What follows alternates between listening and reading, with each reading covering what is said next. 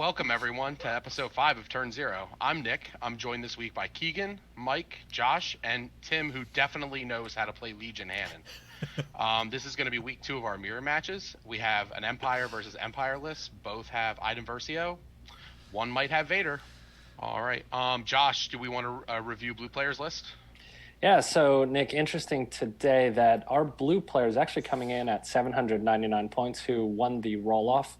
It is a 9 activation list with Iden Versio as the commander, and on her we have offensive push, her DLT, the seeker droid, and a comm relay. We have an operative Vader with force choke, force push, and saber throw. Filling out our core, we have two shore troopers with T-21, 2 of the DF-90 mortars. Moving on to our special forces, we have 2 scout trooper strike teams with the DLT sniper. And rounding out today, we have Inferno squad with offensive push. Awesome. Tim, how about red player? So for the red player, which is, of course, best player, you got 799. You have also Iden with offensive push and her droid. That's it. Nothing else on her. Just the droid and O push. Triple shore, triple mortar. Of course, all the shores have the T-21s.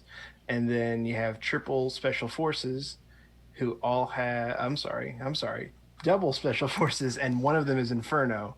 So the 2 special forces have T-21 and O-Push and Recon Intel. Can't forget that Recon Intel. And then, of course, Inferno has Dell and Gideon and also Offensive Push. So a little bit more of a punchy special forces list. Awesome. And this week for our map, we have a home table provided by Mike. Mike, did you want to go over the map for us? Yeah, I would love to go over the map here. All right, so we actually have a table that I have brought from my kitchen tonight, and just as a quick clarification before we begin, we do have Commander Vader tonight with the 3 force powers. It is not Operative Vader, so a little bit slower, a little bit beefier. We'll see if that affects any of the players' thinking as we go forward. So the map that I have tonight is brought to us via this wonderful War Sigil map. It's one of the turf ones that you'll see, where it's kind of this like really neat 3D effect. You can find them at warsigil.com. We're not paid to advertise. But anyway, it's kind of a ruined Naboo themed city here.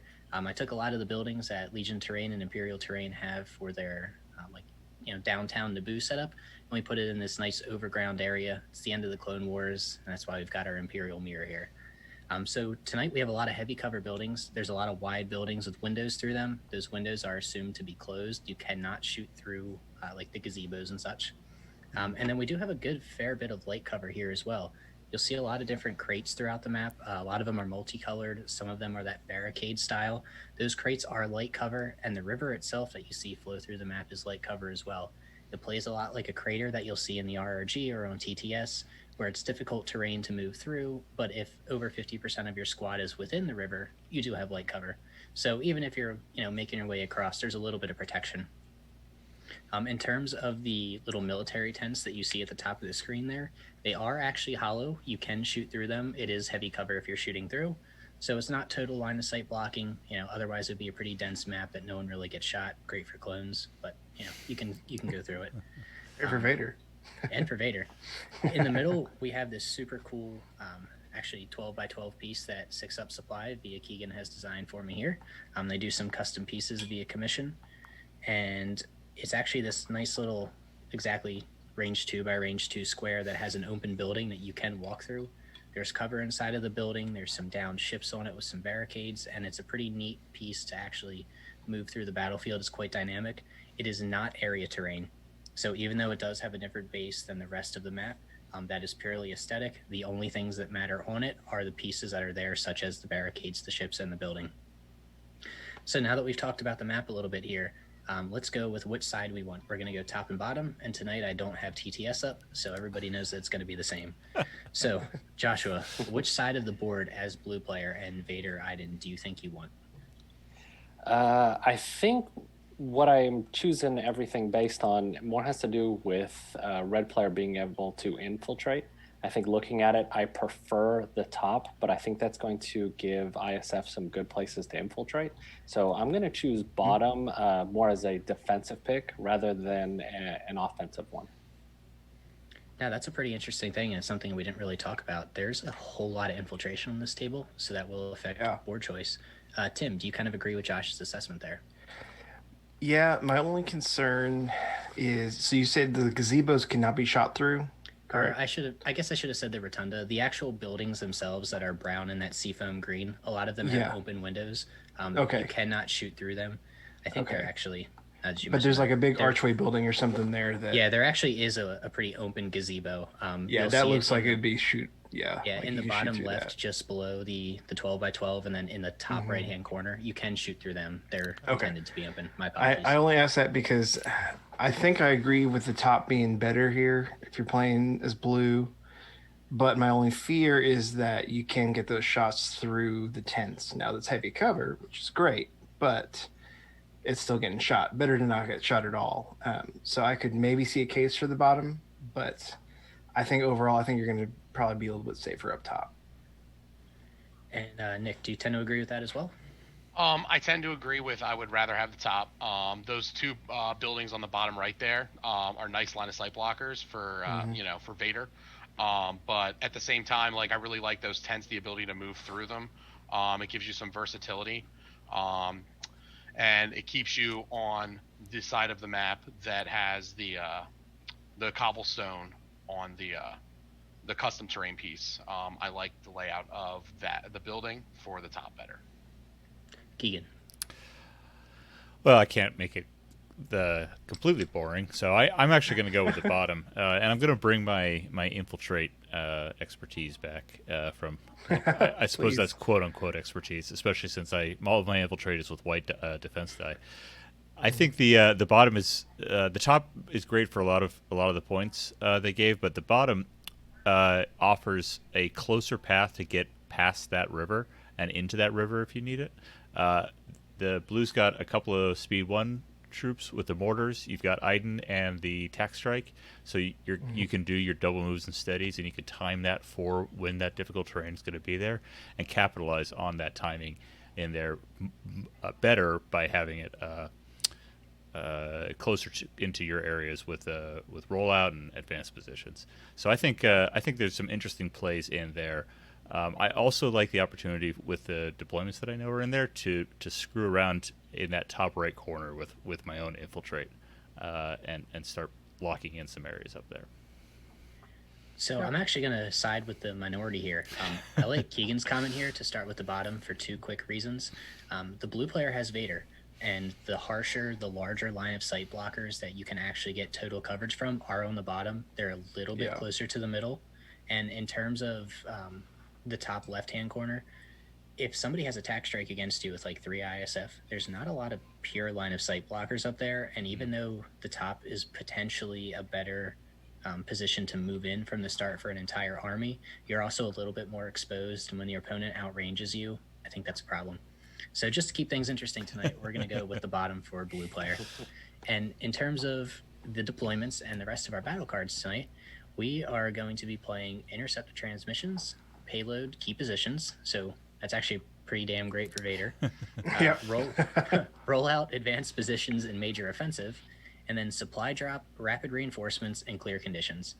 One of the interesting things with Imperials is that you kind of have a shitty time picking a battle deck because just about every other faction does everything better than you with the objective cards. However, when you throw Vader and Iden into there, you can actually get some pretty good battle cards. You know, a lot of these focus on that middle point, and something where like Master of Evil, Force Choke is really going to come into play. And we got lucky and got those turned over. So let's go and talk about what cards we want to cut first as blue player. And starting with that, Tim, you have the first cut. I know you love being blue. I do. I'm actually side note, I've twice in my most 2 recent games I've been blue player both times, and so it's really actually my most three games I've been blue player 3 times in a row, and it's thrown me off every time. I hate it, but anyway, it's a side note. I think, and here's my problem again, in the spirit of honesty, I hate intercept the transmissions. Like I can't tell you a time that I've ever had fun playing that game. Like I just hate it. So bearing that in mind, I also think with Vader being a little bit slower, terrifying but slower, I think my my mindset would be to cancel intercept. Just because he might not be able to get in the right position to claim by turn 2. You might risk losing some points to the enemy turn 2. You might, in the long run, you might win it, but I think those first 2 points are always so critical. So I think with that kind of in mind, and also my personal bias, I'd probably 86 intercept. Nick, how do you feel? If I'm blue player, I think like the thing I'd want to get rid of first is rollout. I don't really like rollout with Commander Vader because he's so slow. I think advanced positions gives you a lot more flexibility with Scout 1 on everybody. Your whole list is going to have Scout 1. I'm not really worried about intercept the transmissions right now. Playing intercept the transmissions against a Saber user is usually like a bad time. Infiltrate might change your mind a little bit, but I think I'm going with cutting rollout here. Keegan. I'm siding with Tim on this one. I want to cut intercept. It's less because I'm worried about intercept as is, but I've got my eye on key positions, and since we've chosen the bottom, when I look at exactly where the middle of that map is based off of our grid here, because we're saying that the building is area terrain, I'm assuming that the base of the terrain piece doesn't count, and it's only the pieces on top of it. So the closest thing would be that crate set to the top right. Would be the closest to center, which would be a marginal advantage to my position for any of the deployments that are down there. So right now as blue player, I've got my eye to double tap all the way to key positions. Josh, take us home here. I think I'm going to have to agree with everyone here. We need to cut to key positions, and mainly because I actually like rollout here.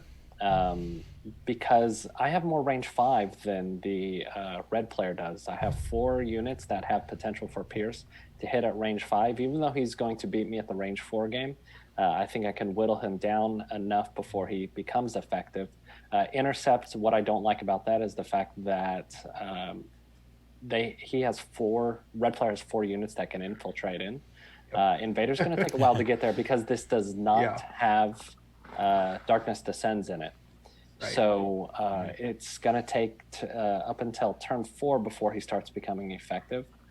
So yes, I want to cut intercept and go towards key positions. One thing I do want to note here is supply drop is also in the back of my mind as cutting, given that red player does have 4 infiltrate units. Right. So I actually agree with all of you, even though you didn't give the same answer. I do think we definitely want to cut rollout at some point because I think advanced positions gives you a way better chance to get Vader in. The good news is that we can actually kind of do both here. The red player probably doesn't want to play payload because you do have more of the melee focus and they have 3 mortars and the ISF that they want to spread out a little bit. So they might actually go for key positions themselves.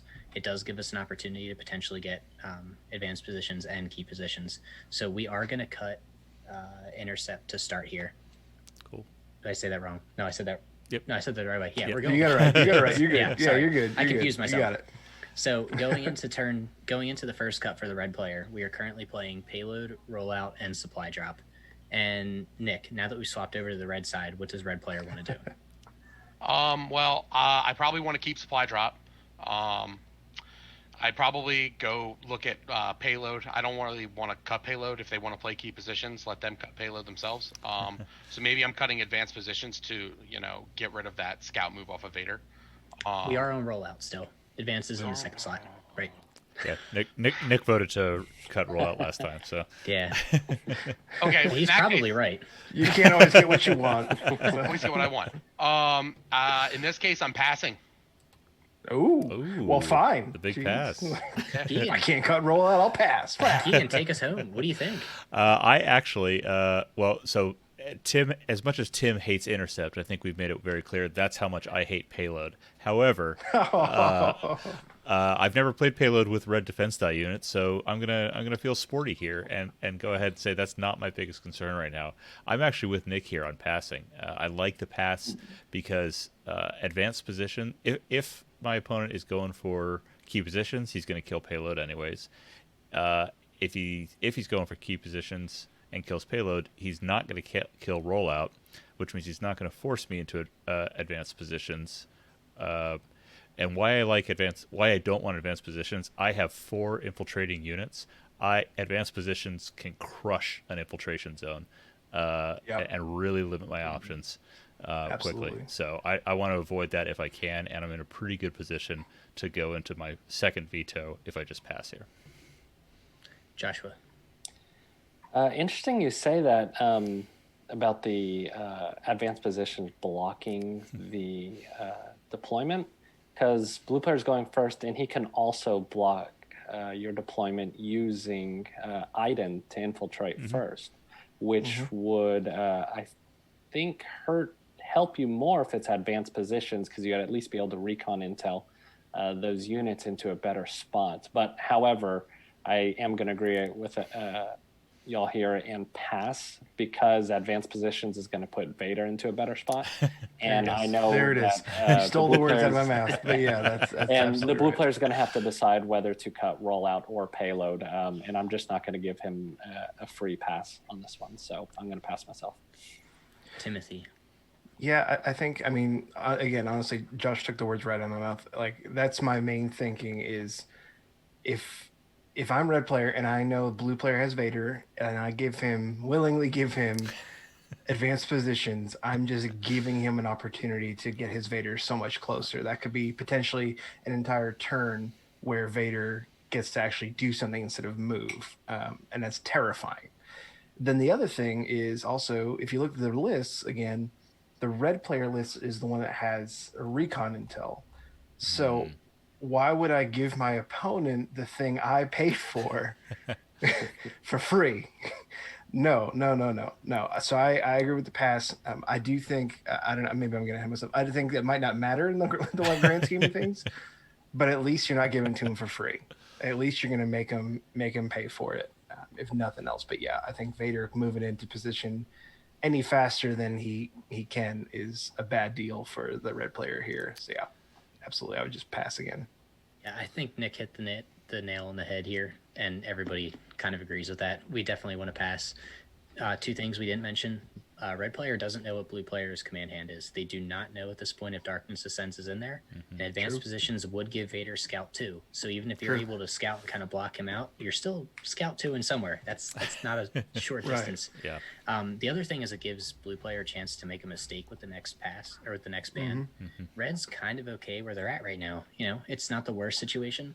So if you give the ability to blue player to make a mistake and then yourself to answer and capitalize on it, it's a pretty good play. So we are going to pass here. Yeah. All right. So blue player's got the second choice. We're still on payload, rollout, and supply drop. And Keegan, what does blue player want to do to kind of put himself in the driver's seat going forward? I spoiled it all on my first go. I'm killing payload here 100%. I want to get to key positions. I want that advantaged location. Rollout or advanced positions is going to give me a lot of other terrain piece options well within my safety zone. Right. Kill payload right here. Right. Yeah. Oh, I was muted. Haha. Okay. Is this where I make a David joke? Oh, no. Joshua, go ahead. We're friends. We can do that. I'm actually going to disagree here. I'm not going to cut payload. Hot takes. I think both payload and key positions are great for Vader in this case. And I think advanced positions is going to eventually cause both of our carts to meet in the center, which is exactly what Vader wants. So I'm actually going to cut rollout and go towards advanced position, knowing that red is then going to have to make a choice of either pushing towards key positions or playing payload. So I'm going to cut rollout here. Ooh. And we're on blue. Tim. Yeah. So, man, I think, and this is why, again, and I know we talk about this a lot, this is why I like being red player, because as blue player, when you're looking at turn 0, you always have that fear of, okay, how can red player really, honestly, screw me? Like, how can they decide what we play? Because there's the ideal scenario, and then red player can say, okay, I can at least maybe deny you the ideal scenario for the blue player. Anyway, so I'm going back and forth in my head because I think I like going for advanced positions. I really do. But I'm still, again, if I'm blue player, I'm nervous about it. I'm not comfortable. So it's almost tempting to cut something else. But again, honestly, with this situation, I think kind of like y'all said, like I want Vader on that payload. I want him far up with that payload. I like just cutting rollout and going to AP. I think it just makes the most sense. But again, thinking as someone who plays red player a lot, I don't think it stays. I think that goes away. But maybe we talked about banking on maybe blue player making a mistake. What if red player makes a mistake? So yeah, I would just go for canceling out rollout, going for advanced positions. Yeah, that's a valid option, is flipping the tables on the other player. Nick, what do you think we want to do here? I think the safest thing is to cut payload at this point. Key positions is relatively safe for Vader because it only scores at the end of the game. So I think I'm going to go with Keegan. I think and go with cut payload for key positions. I am going with Nick and Keegan here. We are cutting payload for key positions, and this is why. If you look at the list that you're opposing, say you cut to advanced positions, the red player does have the ability to cut to major offensive, which is actually pretty freaking terrible for the Vader player here, because infiltrate is awesome on major offensive.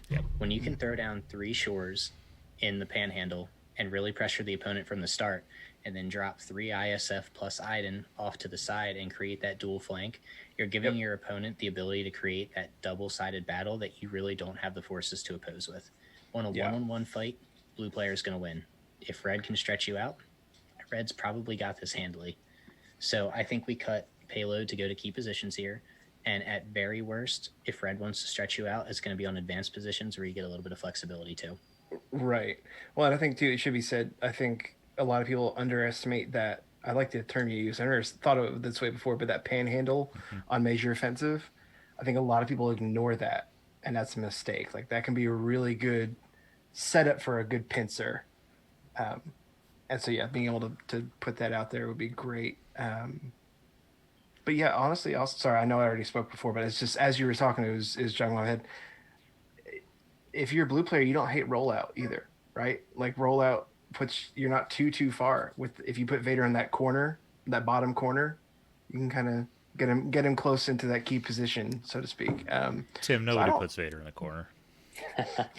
It's kind of what I brought up at the start, is you have the better pure line of sight blockers on the bottom. So even though rollout does put Vader further away, he does have the cover to advance, and he can't be shot. And Tim, I know you're a bike player. You're really good. You know what it's like to, kind of set up in that bottom left-hand corner with your shores and your storms and run the bikes up the top. Well, if you're running that with ISF and Iden versus bikes, like that's 1,000 fucking times better. Right. Let's be real. Right. And there's our one. There's our one. It's always me. There you go. Yeah. There you go. That's why I'm host, right? Yeah. But I would say, I think I would actually probably change my answer to going towards key positions. Sorry, I know it's after the game, but I just had to think on it some more. This is why we have this show, right? This Does the location of the line of sight blocker on that large rotunda-looking building change the dynamics with payload, though? Because it makes it a lot easier for blue to travel to their position despite a good drop from red. So that's a good question. Yeah. If we're looking at the bottom side of the map, like we have the picture up here, the payload can actually fit on top of every piece of terrain here, except for the kind of like textured octagon that's just off the bottom right of the middle, and then the gazebo that's in the bottom left as well. So it can actually sit on top of everything else. So that's actually a pretty good consideration, is could you set up the payload so that it can't actually sit on top of that top, and advanced positions would potentially give you a better shot there. Is that what you're trying to say, Josh? No, I'm saying that might make it worse for red in major offensive. That's true. Yeah. That is very true. Yeah. I didn't think about that. Yeah. Learn something new. I'm still gonna stick with my That's gut right. here. It's a little too late to change that. We just had a nice little sidebar about it. Learn something new and ignore it. Neat. That's the mark of a true American.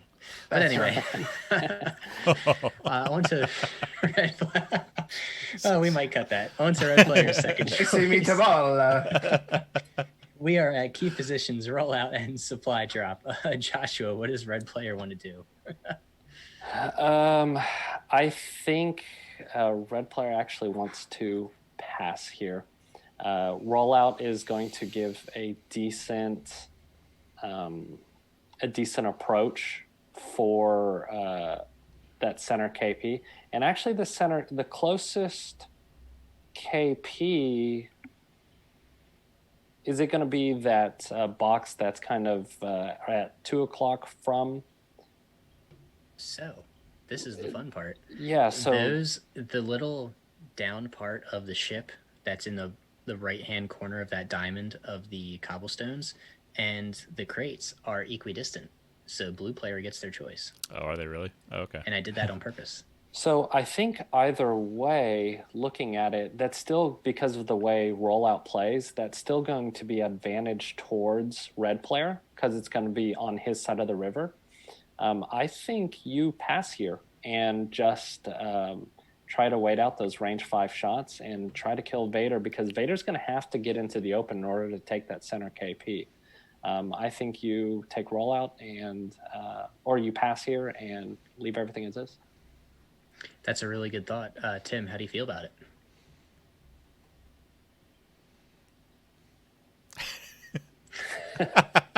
Are you muted? I am muted, so that's me. All right, cool. You said, "Are you muted?" And I said, "I am. I am." That's good. The internet saw. Yeah. Yeah, that's right. I mean, so I see what you're saying. This is always the hard part, is that final countdown, that final power that you have. This is your specialty, red player. I know. Well, we're screwing with him because he's red player, but it's $7.99, so it's like this P under his bed that's driving him insane because he's not perfect red player. Right. So just to make sure I understand. So we got key positions, rollout, and supply, right? Still? Yes, that is correct. Okay. You can cut supply to get to rapid reinforcements, or you can cut rollout to get to advanced positions. I think again, let's be what they are. I think it reflects back. I think you just pass. It feels weird to technically at this point red players double pass. Like, yeah, that's not something normally, again, as red player I would ever do, because you wield your power, so to speak. It's the one silver lining of red player, but the way it's shaped out, like I don't want rapid. I can understand your points for rapid, but I think I just pass. Nick, are you gonna inject some action into this? No. I'm also passing. I'm too afraid of advanced positions Vader with Scout. And I think supply drop is very good for those expensive ISF pieces. Yeah. Being able to, you can put boxes where you want, infiltrate. It kind of gives you a nice, a little bonus. So I think we just pass here. Keegan. I am going to inject some action here. I'm going to wild card out. I think we kill supply drop, and here's why. We go to rapid. Yeah, it's good, and the boxes are great for so many infiltrating units. You can, in theory, get them early by getting onto your safe ones. But I think with Vader, Iden, and Inferno Squad on the other side, supply drop is just as good for them. If you go to rapid, you're forcing a 9 activation list to deploy 8 activations at a minimum. And you can either deploy 9 or 8 yourself. Also, with the way that we have, if we were to put our 2 Imperial Special Forces into rapid reinforcement and go 8 to 8 deployment activations, we still get the last deployment, and we can have almost perfect order control to pull those guys last by popping assault. Put short troopers and mortars all have orders. I know it's in my bag. Worst case scenario, pull number 7 is either going to be one of my ISF or the actually no, it goes even further. Yeah. I'm not gonna have to play something until at least pull number 8, possibly even 9, if I get Iden in there, which means everything that could hurt them is already going to be down, and these guys are going to be able to be set up into some really great positions for a turn 2 alpha.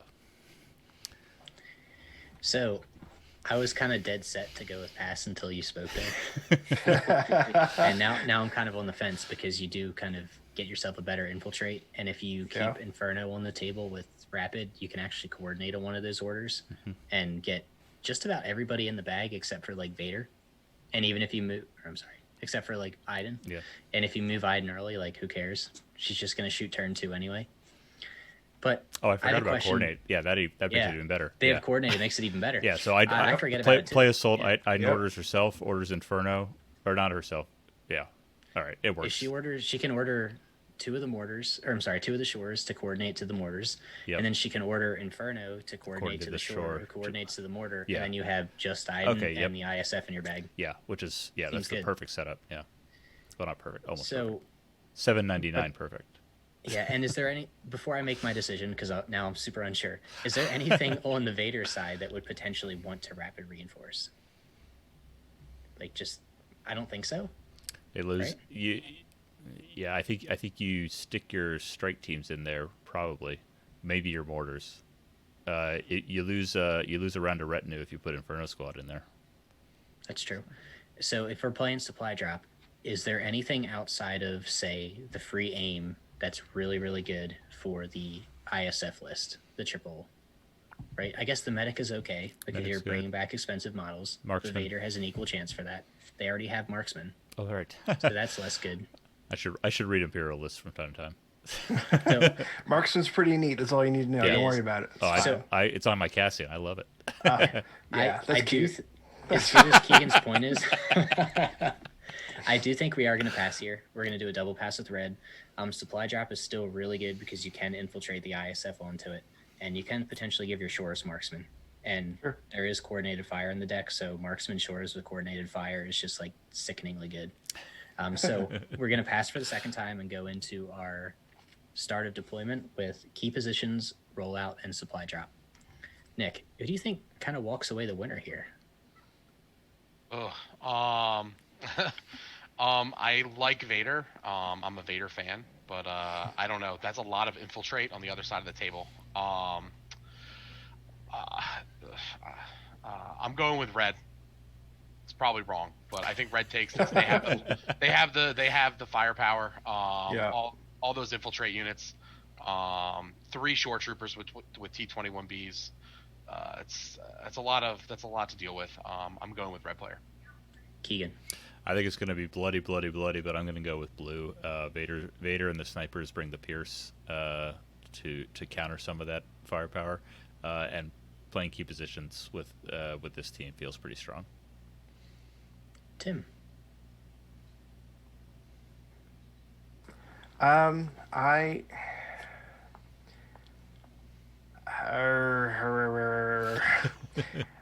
So here's my problem personally. I hate that red player list. Like, that's not me. It's not how I play this game. It is against everything I stand for. I think triple mortar is a trash list and it belongs in a dumpster. So there you go. You want a hot take? I'll give it to you nice, fresh out the oven. There you go. But so I want to say Vader, but also in all trying to be as objective as possible. Still going. Following that with, I'm trying to be as objective as possible. I try to put my loathing and hatred aside. I actually do think, again, objectively, I think blue player gets it. I think Vader can mess with those infiltrated units so well. Now, I think the counter to that could be if red player times their tack strike just right. Mm-hmm. They could obviously just nuke Vader and just kill him immediately before he's ever a threat. But it's a lot of ifs. A lot of ifs. I'm not saying it's not doable, but it's a lot of ifs. I think I like the feel of blue play are better. I think between Vader and then Iden. Again, Iden's got a better loadout as well. I don't like not having your gun. There's so much about that red player list I don't like. Yeah, I think blue player walks away with it. I think it's close. Don't get me wrong. I think it's very close, but I think blue player gets it. Joshua, do you have any cohesive thoughts for us?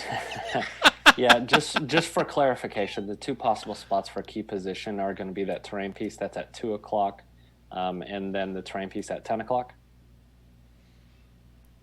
That is correct. The Oh, yes, that is correct. Okay. Sorry, I thought yeah, you were making a statement. I think given where the possible key positions can land, I think it is, and especially that blue has to get across that river to touch it. I think blue's in a really bad spot here, despite having Vader. They have to push out more. The line of sight blocking terrain becomes less useful, given that it is over 6 inches away from that center point. And even for them to move, you're looking at probably about 11, 12 inches of exposed lane.